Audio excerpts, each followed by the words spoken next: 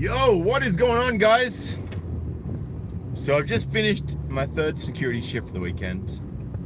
I'm on my way home. So I thought I'd share with you a few little stories that have happened over the weekend. So Friday night, I was working at this particular venue. It's a good venue. I won't tell you which one it is or who I work for obvious reasons. And I was on the door, and we had this young girl came up to me and she said, "Hey brother, how you going?" So I said, "Hey sister, how you doing?" Now, here's the thing. She didn't realize that the guy standing next to me at the time was the security supervisor for that particular night. And I was wearing a cap. Now this particular cap, you may have previously seen it in some of my videos. The cap has little LED lights just under the brim, and it's really, really handy. It's got a button, so I can actually do bag checks without having to physically touch anything or move anything or be in doubt. I've got clear vision because of the light, which is really important, especially when people try and sneak things in that they shouldn't have. Anyway, this girl, I know it's kind of passive aggressive in being friendly, if that's what you want to call it. And she made the silly decision to just slap my hat off my head, just whack the brim upwards and send it flying. And of course I caught it. My reflexes grabbed straight onto the brim as it was falling. And I just put it back on calmly. As she walked away to go and have a cigarette, I said to my supervisor, so she's not coming back in.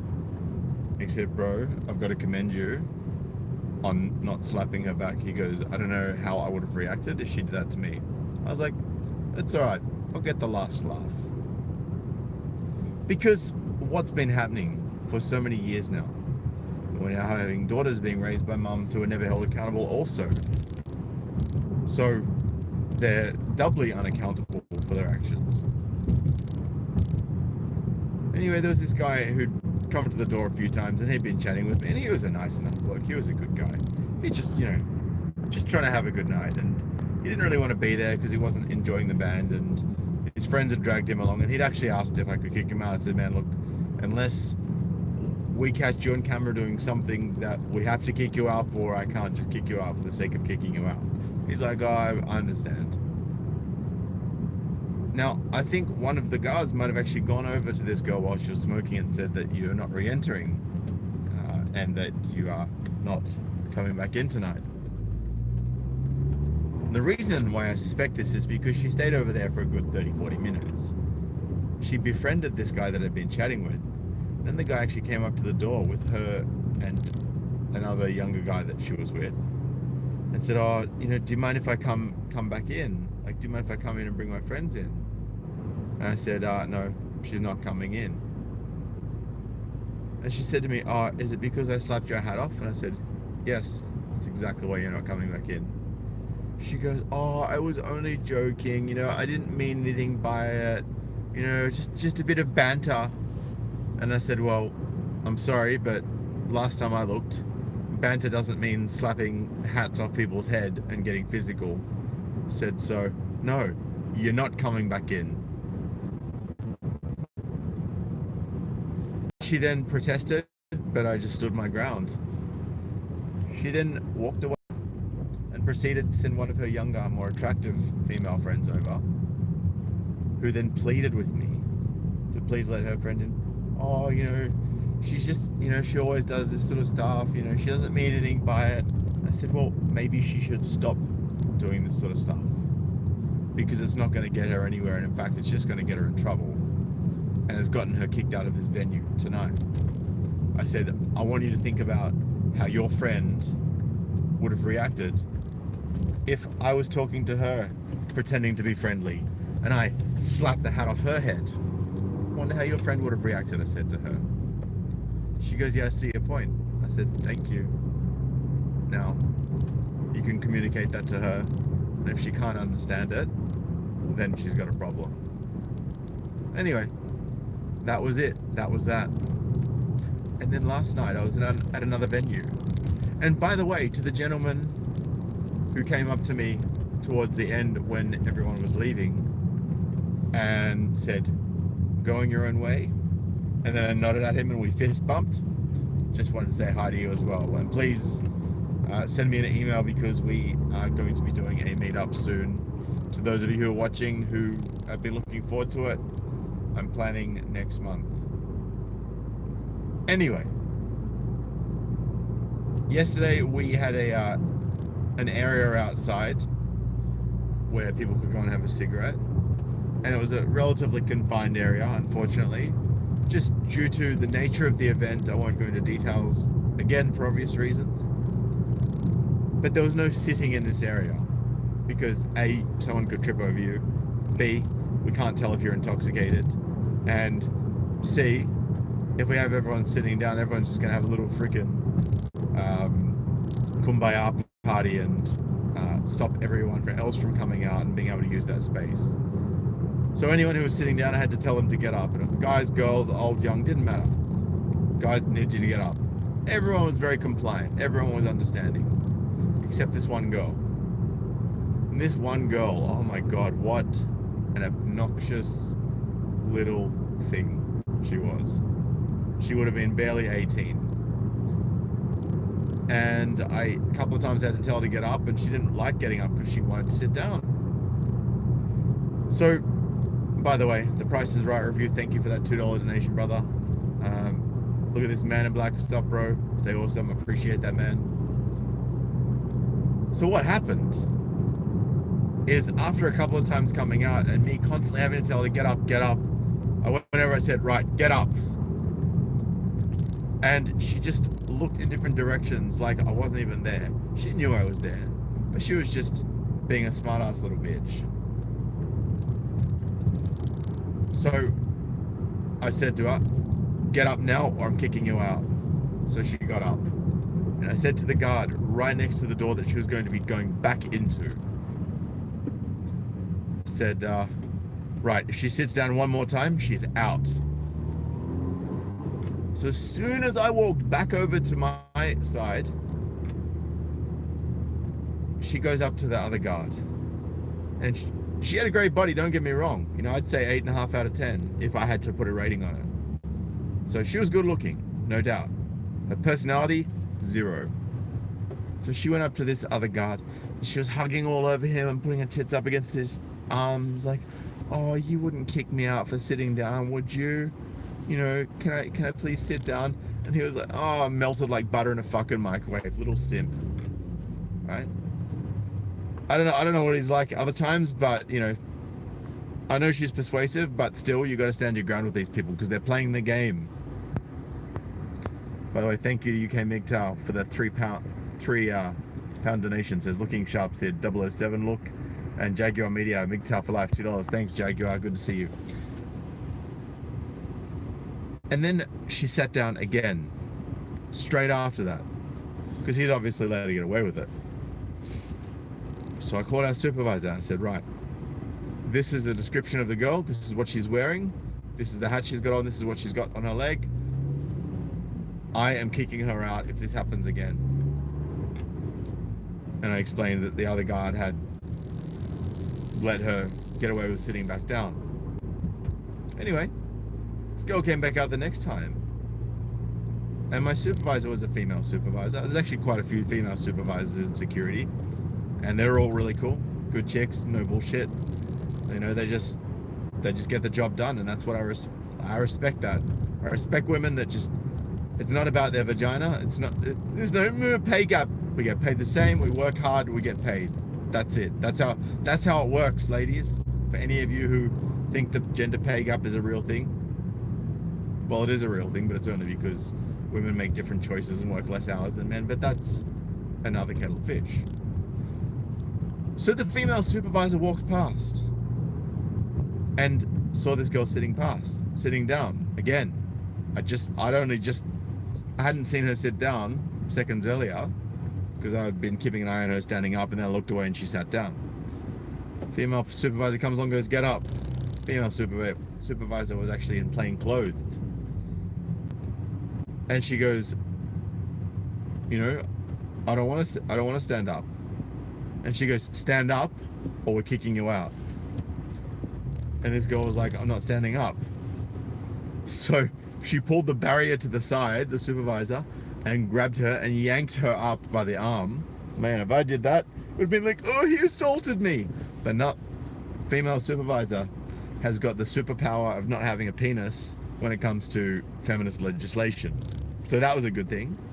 She ripped her up out of there, and this girl's like pulling back, like, no, I'm not going. She's like, yes, you are. And she's like, there's a massive tug of war going on. It was so entertaining, I gotta tell you. It was like an Olympic sport. We should see this stuff more often. And this girl got yanked out, and the barrier was closed behind her. She was like, right, you've been ejected from the venue for disregarding the guard's instructions. We've told you multiple times to stand up and you keep disobeying it. So you're out for the night. You're going to be within 50 meters of the venue. Otherwise, there's a $550 on-the-spot fine for loitering and not complying with the law. You should have seen her face. She was gobsmacked. Like, it's in like, I can't believe it. I can't believe that all my friends are in there and I'm out here. I can't believe that even though I used my looks and my youth and my attractiveness to get this guy to melt and let me do whatever I want, that I still got kicked out. This is so unfair. Oh well. Maybe unfair to you because you're not used to ever having to be held accountable. You're not used to anyone saying no to you and then sticking to it. I bet you're a daddy's little girl, aren't you? Not that there's anything wrong with that, but if any of you have ever seen Paul Elam on An Ear for Men, his channel, go check out and type in YouTube, search for An Ear for Men, Daddy's Little Nightmare.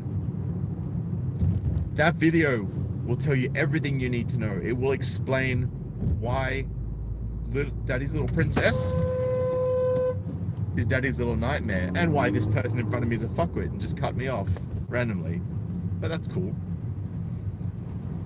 It's alright, they apologize. I'm good with it. So yeah, it'll explain why Daddy's Little Princess becomes Daddy's Little Nightmare and everyone else's worst nightmare. Very insightful. Thank you, Paul. I appreciate your insight and your wisdom on that video. So yeah, this girl got just completely shell-shocked. Couldn't believe it. She was absolutely couldn't believe it. And then because she came back and she's like, oh, but I've got no money, I'm not safe being out here at night. It's like, so you were safe in there drinking alcohol. You had money to get alcohol. You had money to buy cigarettes. You had money to buy all these clothes that you clearly bought to come to this event. You had money for the ticket to this hardstyle event. You had all of this stuff. You got money for all of it, but you don't have money to catch a taxi 20 minutes or 10 minutes back to the hotel room that you also had money for. See, all of these pity stories are just a smokescreen for these girls trying to get what they want. Guys, stay the course, hold your ground, say no, and fucking stick to it. Because that is the only way that you're going to be respected by women. I'm serious. It's the only way you're going to be respected in any way, shape, or form. By saying no and sticking to it. And the people that don't, well, you guys are the ones that are going to get walked over. You guys are the ones that are going to cave every single time she wants something. You guys are the ones where she's going to cry because she didn't get the steak and wine dinner that costs $150 for the two of you to go out, because she's going to have 3 glasses of Chardonnay. And then after the 3 glasses, she's going to be rowdy and obnoxious, and you're going to have to deal with her.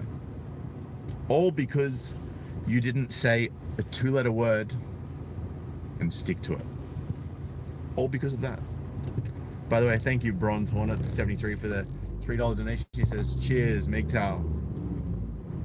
So guys, the next time you ever get anyone pull the sob story, you know what the truth is. You know what the reality is. Stick to it. Stick to it until you're 6 foot under the earth. Do not give anymore. Do not capitulate. Because it's about time that we men started saying no and sticking to it. Because this whole bullshit position we've gotten ourselves into, with all this feminist legislation, with all of this affirmative action, is all because we're like, oh, we support equality. But it's not about equality. It never, ever, ever was. And I love how feminism is the advocacy of women's rights. So, effectively, a feminist, by definition, is a women's rights advocate, or a WRA. Flip the W upside down, what have you got? An M. So why is an MRA such an incel, such a threat to women? Well, because people that actually push to have fairness for men as well as women are seen as a threat to the feminist ideology. They're seen as a threat to this female supremacy movement. Feminists don't want to yield. Feminists don't want to give men anything. Feminists have no interest in anything for men. And if you're a woman watching this right now and you say, well, I believe in fairness for men. It's like, okay, well, do you believe that all laws should be gender neutral? If you don't believe that, you're a feminist. If you don't believe that men should be given the same significant protections under the law if they make an allegation of domestic violence against their wife, if you don't believe that that should be equal both ways, you are a feminist.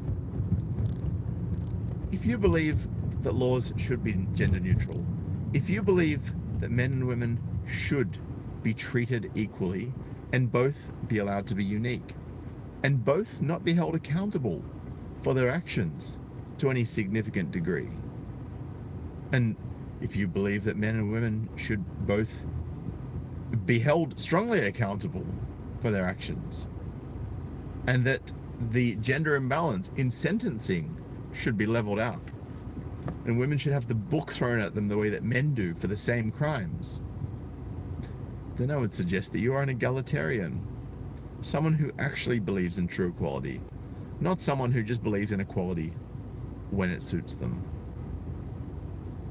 Anyway, gentlemen, we have 220 of you in here. It is so good to see you all. It is a beautiful sunny day in Sydney.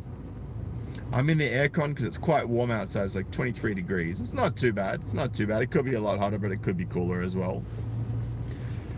And I am loving seeing, on the vein of this whole talk about feminism versus egalitarianism, I saw this article this morning, and obviously I can't read it right now, so I won't. But I may cover this in another video.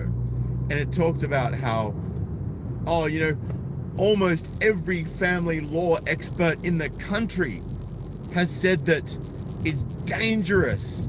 It's you know, a dangerous inquiry to have this inquiry into family law. Funny. All of those experts are feminists, right? All those experts believe in male privilege and patriarchy and toxic masculinity. It just makes me wonder, right? Why 14 years ago, back in 2005, and I might even put the link to this article in the description below after this video finishes. In fact, I think I will. I'm gonna do it. There was an article that talked about kangaroo courts and how false allegations go unpunished in the family courts. That was 14 years ago. We're now seeing the teenagers of these malicious mothers that have used the family court against fathers and lies to get advantage. We're now seeing these kids become teenagers. And we wonder why they're lying, manipulative, conniving little pieces of work. Well, they're a mirror of their mother. Because these same mothers have been torturing their fathers for the last 15, 20 years. They've been holding false allegations as a taser gun pointed directly at a man. They've been holding false allegations as a pistol, as a weapon, as a knife, as a blade. Any deadly weapon you can think of is a good metaphor for what false allegations do to a man. Feminists don't want that to be exposed. I mean, feminists always talk about, oh, the family law system is broken. We need more funding. It's like, no, we need less feminists. We need less lies. We need less indoctrination and ideology and more facts. Because the facts would reveal that children are not safe with their mothers overwhelmingly. In fact, in this article that I saw this morning, the one that was talking about how it's so dangerous to have an inquiry into family law after the last 2 lots of recommendations, which, by the way, were put forward by feminists. In fact, because Pauline Hanson and the other guy who's going to be heading up the inquiry, Pauline Hanson's only the co-chair, she's not actually the main person. Because these people who actually have a grip on reality, who actually value the truth, who actually value both sides of the story, and will be exposing both sides of the story, will be exposing the feminist agenda in the family courts and the vagina-centric sentencing system,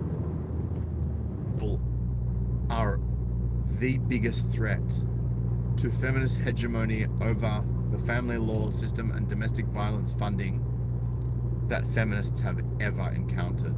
Because up until now, the government has been complicit. The government has capitulated.